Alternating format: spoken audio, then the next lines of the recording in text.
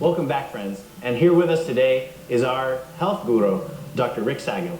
How's it going, Dr. Ric? Good to see you, Mark. Very well. So, Dr. Ric, let's start here.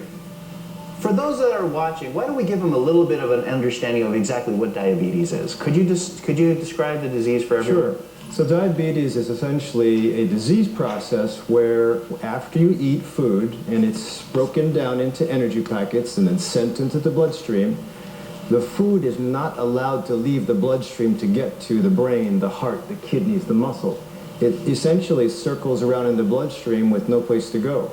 And then those organs, the brain, the kidney, the muscle, the heart, ask for energy. It doesn't get it. You get tired, you get hungry, you get cranky, difficulty with thinking, problem solving, and that usually leads to you craving more food and then going into this bad cycle. So when I'm hungry and my wife tells me I'm cranky, it's because I'm diabetic. I'm just kidding. What should our viewers know about in terms of risk factors for diabetes? Okay, so number one would be genetics. If there's a family history, mom, dad, grandmother, sister, brother, then that would increase your chances for having it.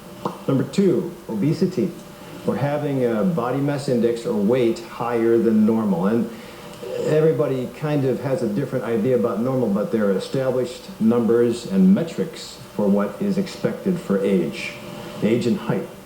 And usually number three would be unanswered stress. Like in previous segments, we talked about stress, yoga, exercise. It's very important, even though it's not a priority. If you're not doing it, it's only a matter of time before sometimes diseases like diabetes will come in. So, does diabetes create anything other than just feeling tired or feeling cranky? What else does this disease do to our bodies? Well, it will decrease healing time. So if you have a scratch, if you have a fracture, if you have a heart attack or an infection like bronchitis, a urinary tract infection, it'll increase the length of time that you have to suffer from that. Because either antibiotics don't work or your own little antibodies that are supposed to fight the fights, they can't work either. The other thing would be chest pain or reflux. That'll also be, instead of turning it around quickly, the reflux stays. The reflux worsens at night.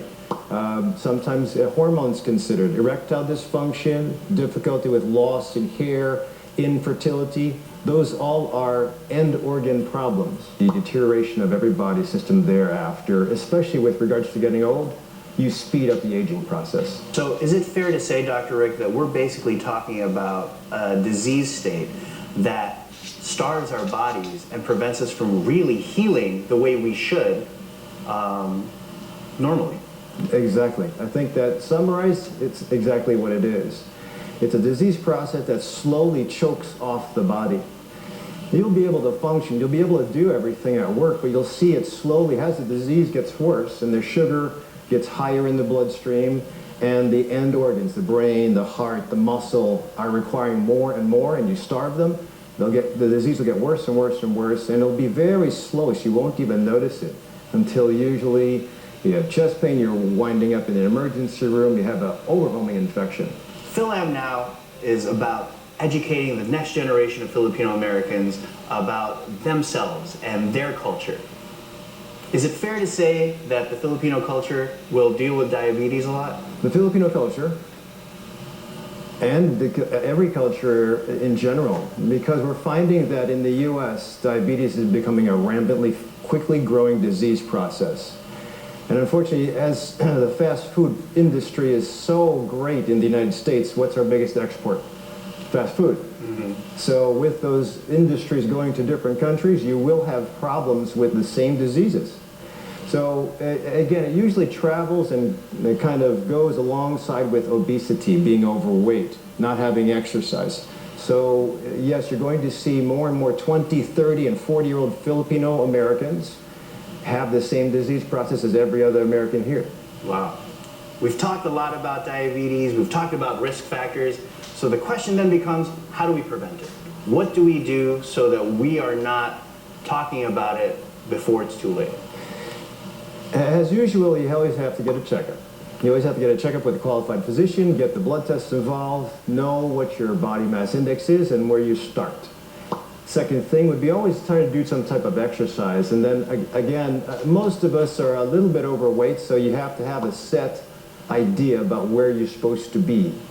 The more risks you have for obesity, the higher the chances for the diabetes to come. The less you do as far as activity, the higher chances for the diabetes to come. So being active, having a relaxation practice, and watching your body weight are always the basic building blocks for avoiding it. And then getting the checkup. So, Dr. Rick, would you say that Filipinos are at a higher risk for diabetes? I think the Filipinos that come to the United States, yes, because of the stressors involved. I have to reflect back to an old study that was on Filipino nurses. They watched the Filipino nurses as they transitioned over, and usually by the time they got used to the American lifestyle, high blood pressure and sugar and body weight went up. When they transitioned back to the Philippines, all the risk factors went down. There haven't been any great studies just yet on Filipinos and the risk in the United States. However, if you look at the trends, everything is getting to the point where most people will eventually get to prediabetes and then diabetes. Well, there you have it, friends. If we want to prevent diabetes, then we have to get our checkups, we have to have a daily active routine that fits with our lifestyle, and we have to know the risk factors. Thanks so much, Dr. Rick. My pleasure, Mark.